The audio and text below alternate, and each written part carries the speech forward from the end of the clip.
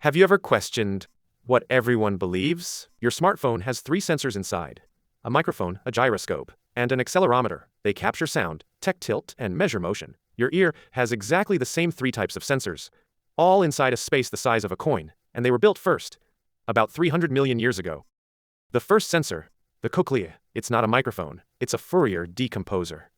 Sound enters, air vibrations pass through the eardrum and shake a membrane inside the cochlea called the basilar membrane. This membrane is 30 millimeters long, about the length of a fingernail, but its thickness changes along its length. Thin and stiff at the entrance, thick and floppy at the far end.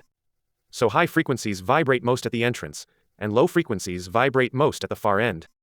Think of it as a piano keyboard rolled into a spiral. High C at the entrance, low C at the far end. Even when a complex chord enters, each note hits a different spot on the keyboard. In math, this is called a Fourier transform, decomposing a complex wave into its frequency components. Your ear does this with 3,500 inner hair cells and 12,000 outer hair cells. And the outer hair cells aren't just sensors. They contract and expand in sync with the frequency they detect. The sensor has a built-in amplifier. The second sensor, the semicircular canals. There are three rings inside your ear, crossing each other at right angles: horizontal, vertical, and lateral. In engineering, this is called a three-axis gyroscope. Each ring is filled with a fluid called endolymph. When you turn your head, the ring turns with it. The fluid inside stays put because of inertia.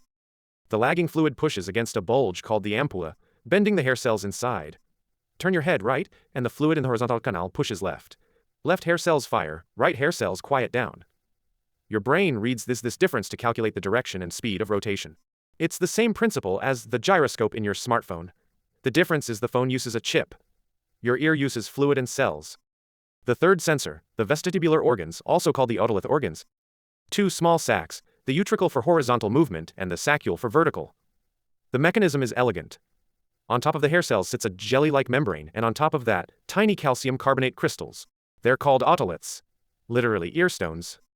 When your head tilts, the stones slide toward gravity, pressing on the hair cells below and changing the electrical signal. Think of a carpenter's spirit level. The bubble is the otolith, and your whole body stands on top of it. This system is why you know which way is down, even with your eyes closed. That heavy feeling when an elevator starts going up. That's the otoliths pressing down harder as they detect the acceleration. So here's the summary. The cochlea is a real-time Fourier decomposer that splits sound into frequencies. The semicircular canals are a three-axis gyroscope that detects head rotation. The vestibular organs are an accelerometer that measures gravity and linear motion. All three fit inside a coin-sized space, and they all use the same transducer. The hair cell. Your smartphone needs three separate chips for the same job. The ear got there first, about 300 million years.